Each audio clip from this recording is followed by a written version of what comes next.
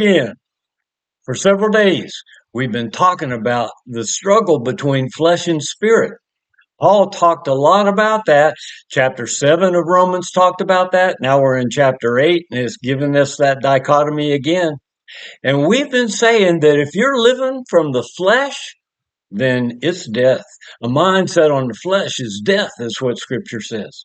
But if you're living by the Spirit, now how do you do that? Well, Jesus lives in you. That's what it says in Romans chapter 8 and verses 10. If Christ is in you, if you're a believing believer, then he's there.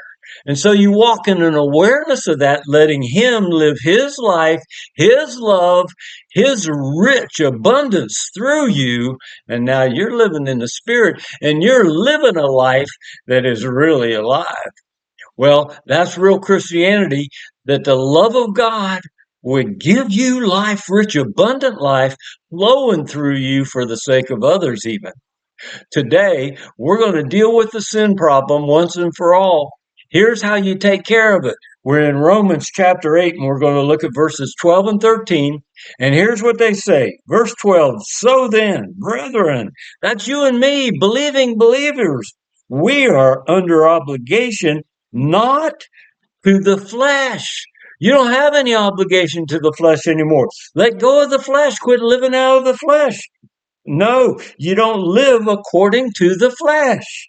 But if you are living according to the flesh, then you're going to die. You must die. That's what Scripture says. You can't help but die if you live according to the flesh. If by the Spirit, though, you are putting to death the deeds of the body, then you are going to live.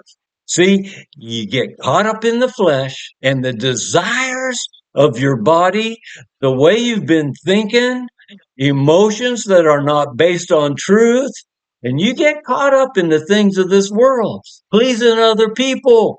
All of that is flesh, and all of it kills. There's no life in any of it. You remember when Jesus said, I am the way, the truth, and the life.